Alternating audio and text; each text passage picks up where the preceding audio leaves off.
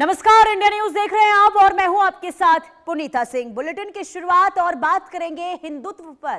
कलेश में क्या अखिलेश यादव फंस गए हैं? क्योंकि देखिए, चुनाव है 2027 में। सवाल ये कि क्या अब हिंदुत्व की राह को अपनाते हुए अखिलेश यादव नजर आ रहे हैं। सवाल ये भी कि 2027 में आखिर बेड़ा किसका पार होगा। देखिए, समाजवादी पार्टी के आरोप से बाहर निकलने की कवायद अब लगातार तेज होती हुई नजर आ रही है। बड़ी खबर आपको इससे जुड़ी हुई बता दें। देखिए, समाजवादी पार्टी के आरोप से बाहर निकलने की कवायद में जुटे अखिलेश अब रथ यात्रा पर आ गए हैं। लेकिन सवाल सच्चे सनातनी पर आ गया है, यानी सच्चा सनातनी आखिर कौन है, अखिलेश या फिर बीजेपी? क्या अखिलेश यादव राम भक्त होने की ओवर एक्टिंग कर रहे हैं या उन्हें यह लगता है कि वोट इसी अंदाज पर मिलेगा? राम मंदिर चढ़ावा चोरी का मुद्दा उठाकर अखिलेश सरकार पर वार कर रहे हैं, तो सत्ता पक्ष सपा पर खासकर मुलायम सिंह और राम गोपाल यादव के बयानों का पन्ना पलट रहा है। राम भक्तों के नरसंहार का मुद्दा भी उठाया जा रहा है। अब सवाल यह उठता है कि तनातनी वाले नेता सनातनी पिच पर हिट होंगे या फिर हिट विकेट, और क्या बीजेपी की पिच पर खेलकर अखिलेश अपने पैर पर कुल्हाड़ी तो नहीं मार रहे हैं? हालांकि सितंबर के पहले हफ्ते में अखिलेश समाजवादी पार्टी पीडीए रथ यात्रा निकालने वाले हैं। राजनीतिक गलियारों में चर्चा है कि विधानसभा चुनाव से पहले शुरू होने वाले इस रथ यात्रा की शुरुआत किसी बड़े हिंदू धार्मिक स्थल से हो सकती है। अब सोशल मीडिया पर लोग पीडीए के अलग अलग अर्थ निकाल रहे हैं। वहीं लोग सपा के शासनकाल में कानून व्यवस्था का मुद्दा उठाकर पीडीए पर सवाल खड़े कर रहे हैं। ऊपर से सीएम योगी सपा पर लगातार आक्रामक हैं और सीएम योगी ने पूछा है कि राम भक्त बनने वाले अखिलेश को क्या कृष्ण जन्मस्थान की भी चिंता है? इसी मुद्दे पर होगी चर्चा। हमारे साथ जुड़ेंगे खास मेहमान, लेकिन उससे पहले आपको सुनवाते हैं अखिलेश यादव का बयान और सीएम योगी का पलटवार।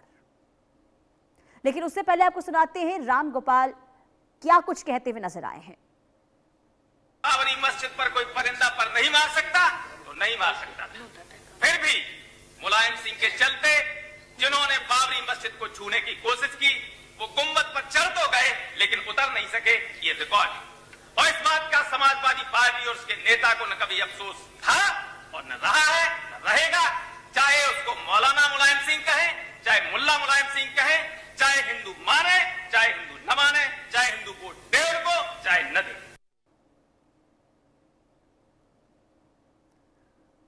तो राम गोपाल यादव के पुराने बयान को आप सुन रहे थे, जिसे लेकर वो कहते हुए नजर आए कि कोई फर्क नहीं पड़ता कि चाहे मुलायम सिंह को मौलाना मुलायम सिंह कहा जाए, यानी कि बाबरी मस्जिद को लेकर जो उनका ये बयान दिया गया वो अब चर्चाओं में आ गया है। इसके पीछे की बड़ी वजह यह है कि पहले अखिलेश यादव जहां YMY समीकरण की बात करते थे, लेकिन अचानक से अब उनका जो रुख है वो बदलता हुआ नजर आ रहा है, यानी कि सॉफ्ट हिंदू के पिच पर अब उतरते हुए दिखाई दे रहे हैं अखिलेश यादव, समाजवादी पार्टी। और सबसे बड़ी बात यह कि रथ यात्रा निकालने जा रहे हैं और राज्य के सबसे बड़े धार्मिक स्थल से रथ यात्रा की शुरुआत होगी। सवाल कई हैं कि आखिर ऐसा क्या हो गया?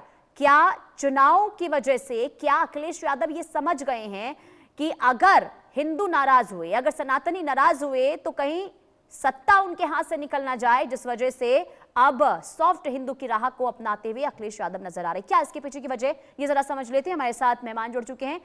निखिल खत्री प्रवक्ता हैं समाजवादी पार्टी के और आलोक वत्स नेता हैं बीजेपी के। बहुत स्वागत है आप दोनों का इंडिया न्यूज पर। चर्चा की शुरुआत में आपके साथ ही करूंगी निखिल जी। आखिर ऐसा क्या हो गया कि अचानक से समाजवादी पार्टी का रुख बदलता हुआ नजर आ रहा है?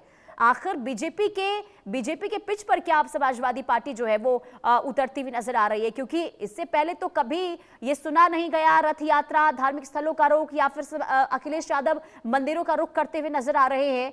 आखिर ये जो बैटिंग हिंदुत्व के पिच पर समाजवादी पार्टी या फिर अखिलेश यादव करते हुए नजर आ रहे हैं, क्या है इसके पीछे की वजह?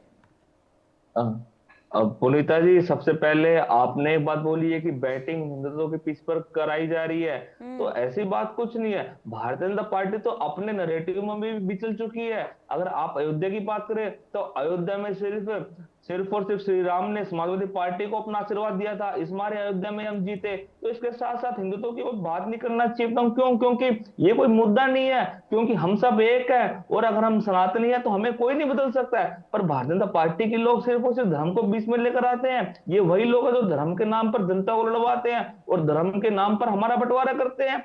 पर अगर आप इस समय की बात करें जहां पर हम इतने विकसित हो चुके हैं, जहां पर हमारा समाज इतना विकसित हो चुका है, तो कहीं ना कहीं अगर आप देखेंगे तो भारतीय जनता पार्टी का ग्राफ पूरे देश में गिर रहा है। और अगर आप उत्तर प्रदेश की बात करें तो भारतीय जनता पार्टी को जनता ने नंबर 2 पर लाकर कर दिया है। जहां पर 37 सीटें समाजवादी पार्टी को दी, वहां पर 33 सीटें भारतीय जनता पार्टी को दी। और एक जनादेश का देश था कि जहां पर भारतीय जनता पार्टी आज तक अपने जुमलों को छोड़कर कोई कार्य नहीं बता पाती है। लगभग 9 साल ही इनको हो गए सत्ता में। एक छोटी सी बात है, आज सोनम वांग जी को कितनी जबरदस्ती धरने से हटाया गया। उनकी क्या मांग थी? सिर्फ मात्र नीट के छात्रों के लिए। पर अगर निखिल खत्री जी, मेरा सवाल ये है कि क्या समाजवादी पार्टी MOI समीकरण को क्या भूल गई है? क्योंकि इस बार तो एक बार भी जिक्र होता हुआ नजर नहीं आ रहा है MOI समीकरण का। नहीं, ये MOI समीकरण तो आप बीजेपी से पूछो। ये MOI समीकरण तो वो करते हैं, मोदी योगी का समीकरण। हम सबको पता है कि लखनऊ वाले दिल्ली की मानते नहीं और दिल्ली वाले लखनऊ की मानते नहीं। तो MOI समीकरण तो भारतीय जनता पार्टी में हो रही है। तो हमें साफ तौर पर कई बार देखने को मिलता है कि इनके साथ में इनके साथियों के आपस में जूते चप्पल बच जाते हैं, कोई सुन नहीं पाता है। तो बात ये होनी चाहिए, आप एक बार बीजेपी से पूछिए कि वो कर क्या रहे हैं। भारतीय जनता पार्टी ने सिर्फ देश को पीछे किया है, इनकी कोई नीति नहीं है जिससे देश को आगे बढ़ाए। और अब बात अगर सिंचाई करें तो इस पर भारतीय जनता पार्टी ने जो कृत्य किया है 2014 से, जब से ये भारतीय जनता पार्टी के लोग हमारे देश में आए हैं, 94,000 स्कूल इन्होंने, सरकारी स्कूल इन्होंने बंद कर दिए, 94,000। और अभी तक रोज 25 सरकारी स्कूल रोज बंद हो रहे हैं। कोई ब्यौरा नहीं है, क्योंकि ये हमेशा शिक्षा विरोधी रहे हैं। और जहां पर उत्तर प्रदेश की बात करें तो 25,000 से ज्यादा योगी जी ने सरकारी स्कूल बंद करा दिए हैं और 5,000 सरकारी स्कूल और बंद करा देंगे। तो ये बातें सब जनता के बीच आ रही हैं और इसी बीच से तो को लेकर ये हमेशा शिक्षा के खिलाफ रहे हैं। और निखिल जी, आप ये कह रहे हैं जो ये रथ यात्रा निकलने वाली है समाजवादी पार्टी की, इसका मकसद क्या होगा? एक छोटा सा जवाब चाहूंगी, इसका मकसद आखिर क्या है? जो रथ यात्रा निकाली जा रही है धार्मिक स्थलों तक पहुंचने को लेकर, जो यहाँ पर पूरी प्लानिंग बनाई गई है, मकसद क्या है इसका? इसका मकसद सिर्फ एक ही है कि ये रथ यात्रा के साथ साथ ये जनता ने इसका नाम दिया विजय यात्रा। जनता ने साफ तौर बोला कि विजय यात्रा, और ये विजय यात्रा जो राम मंदिर के चोर है, जो उनको बचाने का काम भारतीय जनता पार्टी के लोग करते हैं, दिन रात मेहनत करते हैं टीवी पर, फील्ड्स पर, कि कैसे राम मंदिर के चोरों को ना पकड़ा जाए। तो जनता समझ चुकी है कि इस बार भारतीय जनता पार्टी को कोई एक भी जुमला इनका नहीं चलेगा। समाजवादी पार्टी के जितने भी साथी हैं, जितने भी बंधु हैं, सारे के सारे दिन रात मेहनत कर रहे हैं। और आने वाले समय समाजवादी पार्टी सरकार बनेगी, भारतीय जनता पार्टी जाएगी जब भी हमारे प्रदेश में उन्नति और प्रगति आएगी। ठीक है आलोक जी, निखिल जी को आपने सुना, वो तो यही कहते हुए नजर आ रहे हैं कि बीजेपी जो है वो जातिवाद की राजनीति करती है।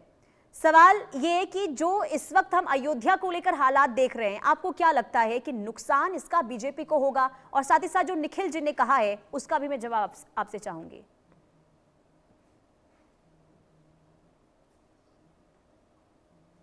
आपकी आवाज नहीं आ रही आलोक जी। आवाज नहीं है? जी जी बोलिए। पुनीता जी, ये जग प्रसिद्ध बात है कि MOI समीकरण बिहार में लालू यादव ने बनाया और उत्तर प्रदेश में मुलायम सिंह ने बनाया। जालीदार टोपी पहन के सदियों से हम बिरयानी खाने की परंपरा देख रहे हैं, लेकिन कभी खीर पूरी की भोज नहीं किया इन्होंने।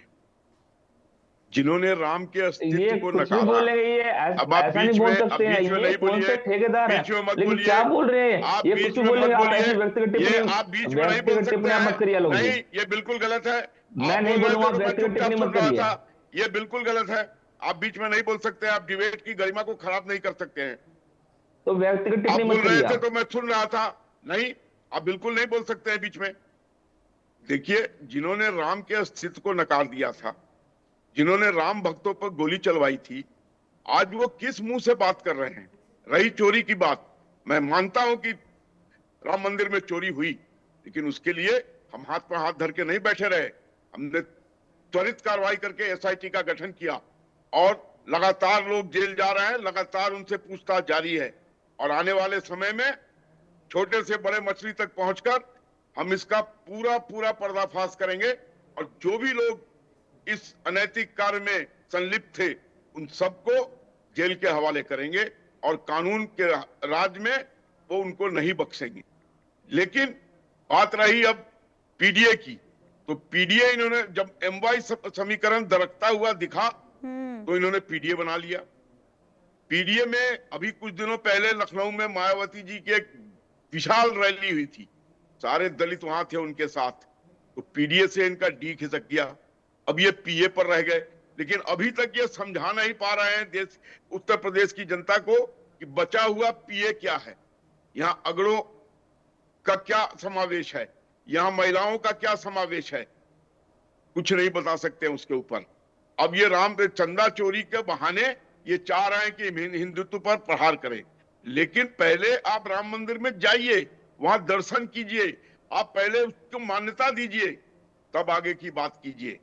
प्रदेश के लोग आज योगी जी के राज में उन्नत विकास कर रहे हैं, चाहे वो एयरपोर्ट का मामला हो, चाहे वो एक्सप्रेसवेज का मामला हो, चाहे वो मेट्रो ट्रेन का मामला हो, चाहे मेडिकल कॉलेज का मामला हो। और इसका मैं जवाब लूंगी। और साथ ही साथ सबसे बड़ा सवाल आलोक जी ये भी हो जाता है कि जो 10 सालों में अब तक सरकार ने काम किया है उसकी स्थिति ग्राउंड जीरो पर क्या इस वक्त देखने को मिल रही है। मैं लौटती हूं आप दोनों के पास। देखिए 2027 की अगर बात करते हैं तो इसे लेकर बीजेपी का सियासी पारा जबरदस्त हाई देखने को मिल रहा है, वार पलटवार देखने को मिल रहा है। और इस बीच आपको ये बता दें कि अखिलेश यादव का बयान सामने आया है, इसके बाद इस पर पलटवार मुख्यमंत्री योगी आदित्यनाथ ने किया है। क्या दोनों की ओर से कहा गया वो आपको सुनवाते हैं।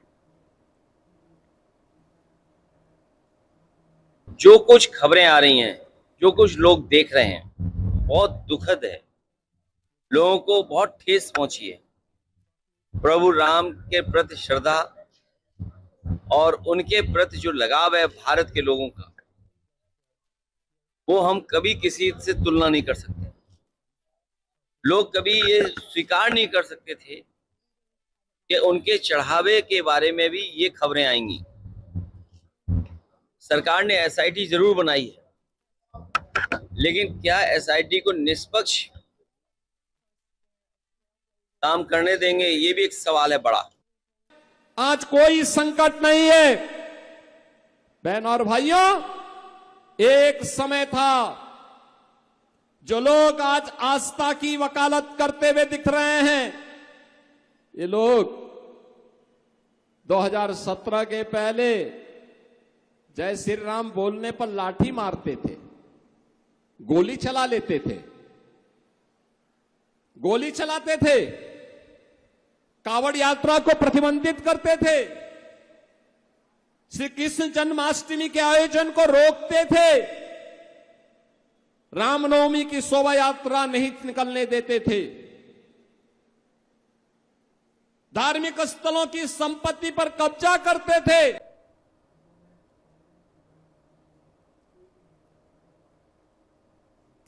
देखिए ये हमने बयान सुनवाए, मैं इसका जवाब लूंगी आपसे आलोक जी, लेकिन निखिल जी मैं आपके पास आऊंगी।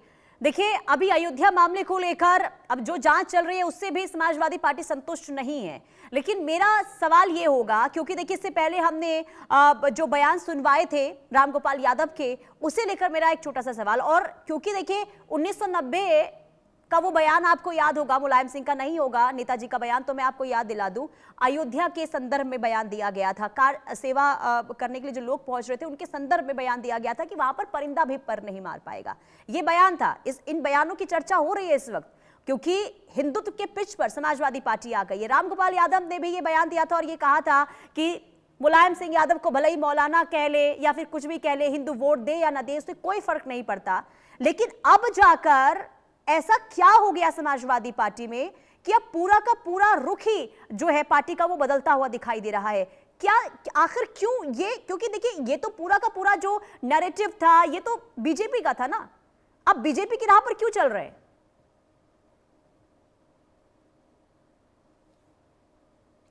आवाज नहीं आ रही है निखिल जी आपकी। जी पुनीता जी, अभी आपने एसआईटी की बात की थी, तो मैं आपको एक बात बता दूं, एसआईटी पहले मैं इन बयानों पर, पहले मैं इस बयान पे आपसे नहीं, मैं जवाब चाहूंगी। आपने जो बातें की थी, मैं उस पर भी आऊंगा, पर सबसे पहले ठीक है, एसआईटी पर आ बोलिए। जाता हूँ। सबसे पहले आपने एसआईटी पर पूछा, तो एसआईटी पर कोई भी खुश नहीं है। इस हमारे बड़े चोरों को बचाया जा रहा है, इस हमारी चीजों को इतना बरगलाने की कोशिश की जा रही है। और जहां पर आप बयान की बात कर रहे हैं, तो मैं तो पूछना चाह रहा हूँ कि ये बयान तो तोड़ मरोड़ कर दिखाए जा रहे हैं, इन बयानों में सत्यता कितनी है तो हम सबको पता है। किस और जो बयान की बातें बात उस कर रहे हैं समय निखिल जी आप? जो पुनीता जी, एक बार आप मुझे मात्र 1 मिनट दे दीजिए। और जिस बयान की नहीं आप नहीं, बात कर कौन रहे से हैं, बयान को तो तोड़ मरोड़ के दिखाया जा रहा है निखिल जी? नहीं, जो आप प्रोफेसर रामगोपाल जी का बयान अभी दिखा रहे थे, अगर उन्होंने इस चीज को राज्यसभा बोला में तो उनका दिया गया मेरी वो बात बयान तो है, सुन अगर आप लीजिए। चाहते हैं तो वो दोबारा हम सुनवा देते हैं। मैंने आपको इस चीज के लिए नहीं बोला कि वो बयान झूठा है, सुनवाई वो बयान, आप पहले दिया इसको था सुन ये लीजिए, बयान। आप पहले वो नहीं, सुन नहीं, लीजिए। उन्होंने ये बयान दिया था, उन्होंने ये उसमें बयान दिया था। हाँ, मैं तो इस चीज को मना नहीं कर रहा हूं। मैं एक बार आप वो बयान पहले सुन लीजिए, पहले आप वो बयान सुन लीजिए निखिल जी। नहीं मार सकता तो नहीं मार सकता। फिर भी मुलायम सिंह के चलते जिन्होंने बाबरी मस्जिद को छूने की कोशिश की, वो गुंबद पर चढ़ तो गए लेकिन उतर नहीं सके, ये रिकॉर्ड है। और इस बात का समाजवादी पार्टी और उसके नेता को न कभी अफसोस था और न रहा है, न रहेगा। चाहे उसको मौलाना मुलायम सिंह कहें, चाहे मुल्ला मुलायम सिंह कहें, चाहे हिंदू माने, चाहे हिंदू न माने, चाहे हिंदू वोट दे उनको, चाहे न दे। सुना आपने निखिल जी? मैं आपको साल भी याद दिला देती हूँ, 1993 राज्यसभा में रामगोपाल यादव का ये बयान था। इसमें किसी भी तरीके से कोई छेड़छाड़ नहीं की गई है। क्या कहेंगे इस जी, आप पर? मुझे 1 मिनट तो दीजिए अपनी बात रखने के लिए, आप मुझे 1 मिनट दे दीजिए। बोलिए। जहां पर आपने बयान दिखाया, तो उस समय के जो प्रधानमंत्री जी थे, उस समय के जो माननीय न्यायालय ने क्या आदेश था कि बिल्कुल भी तनावपूर्ण स्थिति नहीं होनी चाहिए, बिल्कुल भी कुछ चीज ऐसी गलती होनी चाहिए जिससे गर्दन जाए। और उस समय अगर जहां पर आप बयान दिखा रहे हैं, तो उस समय अगर कुछ ज्यादा बड़ा मसाकर हो जाता तो ये बीजेपी वाले लोग हैं, यही बोलते कि मुलायम सरकार स्थिति को संभाल नहीं पाई, उन्होंने दंगे फैला दिए। तो जो दंगे फैलाने में सबसे आगे रहते हैं, जो झूठ बोलने में सबसे आगे रहते हैं भारतीय जनता पार्टी के लोग, तो ये उस समय क्या बात बनाते, आप ये सोच सकते हैं। और जो ये आदेश था, ये वहां के डिस्ट्रिक्ट कलेक्टर का आदेश था। और इसके साथ साथ जिन्होंने आदेश दिया था नुपेंद्र मिश्रा जी ने, आज तक क्या बीजेपी वाले लोग क्या उनसे कुछ पूछ पाए हैं? जिन्होंने खुद का आदेश दिया था। और अगर आपने इतने ही और मुलायम सिंह इतने गलत करते गए, तो उनको सरकार ने फिर पद्म विभूषण क्यों दिया? मैं तो पूछना चाह रहा हूं, आप उनको जेल में डाल देते अगर आपकी ये मंशा थी। तो पद्म विभूषण सरकार ने उनको दिया तो इस मारे दिया कि कहीं ना कहीं वो एक ऐसे व्यक्ति थे जिन्होंने हमेशा जनता का साथ दिया। और अगर राम मंदिर की बात करते हैं, तो भारतीय जनता पार्टी समझ जाए अब जनता इनकी बातों में नहीं आएगी, और जनता हमेशा विकास की बात करेगी। और इसी मारे अयोध्या में जनता ने इनको राया, उत्तर प्रदेश में जनता ने इनको राया।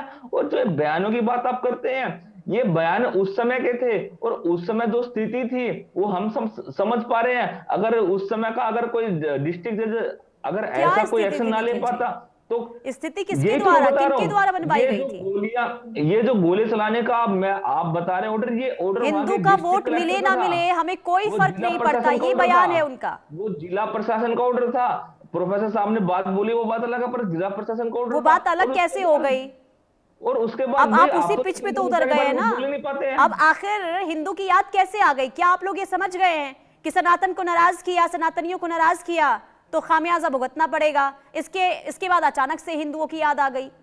पहले तो हिंदू का वोट मिले या ना मिले कोई फर्क नहीं पड़ता था। सनातनी तो भारतीय जनता पार्टी हमेशा बताती सनातनी बीजेपी में है, पर क्या आज तक कभी सनातनी बीजेपी में हुए? बिल्कुल नहीं हुए हैं। क्योंकि सनातनी हमेशा एक बात समझते हैं कि जो सनातन को आगे बढ़ाएगा वो उसके साथ है, और जो सनातन का झूठा प्रचार करेगा वो उसके खिलाफ है। तो इस हमारे भारतीय जनता पार्टी के साथ कभी सनातनी हुआ ही नहीं है। हम तो इनसे पूछना चाह रहे हैं, जितने भी हमारे सनातन धर्म के जो धर्मगुरु हैं, क्या वो भारतीय जनता पार्टी के खिलाफ नहीं बोल रहे हैं? वो इसलिए बोल रहे हैं क्योंकि उन्हें पता है भारतीय जनता पार्टी से उनके नाम का इस्तेमाल करते हैं, धर्म की आड़ में गलत काम करते हैं, धर्म की आड़ में छुरा लेके चलते हैं। तो इन सभी बातों को लेकर सनातन धर्म समझ चुका है कि भारतीय जनता पार्टी वाले लोग सिर्फ और सिर्फ उनका नाम इस्तेमाल करते हैं और कोई कार्य करना नहीं जानते हैं। और इस बार सनातन धर्म की बदौलत 27 में सपा सरकार बनेगी, पीढ़ी समाज के लोग सपा सरकार बनेगी। और क्या कहेंगे इस पर? वो तो ये कह रहे हैं उस वक्त की परिस्थिति अलग थी, मतलब ये तो बहुत ही बेतुका बयान है ना। इस पर जवाब मैं चाहूंगी निखिल जी ने जो कहा है।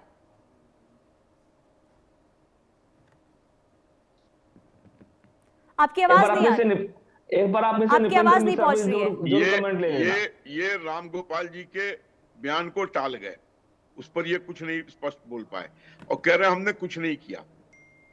तो राम मंदिर का निर्माण किसने करवाया, जो आज विश्व का सबसे बड़ा धरोहर है? राम ने करवाया? क्या वो बीजेपी ने करवाया? मैं तो पूछना चाह रहा हूं। हम लोगों ने बोल दो बस। है ना, बोल दो क्या ये बीजेपी ने फिर बीच करवाया में वो? बोलते हैं। आप इनको रोकिए पुनीता जी, इनको आलोक जी, ये आपने मुझसे बीमारी पूछा लगी है। हुई है।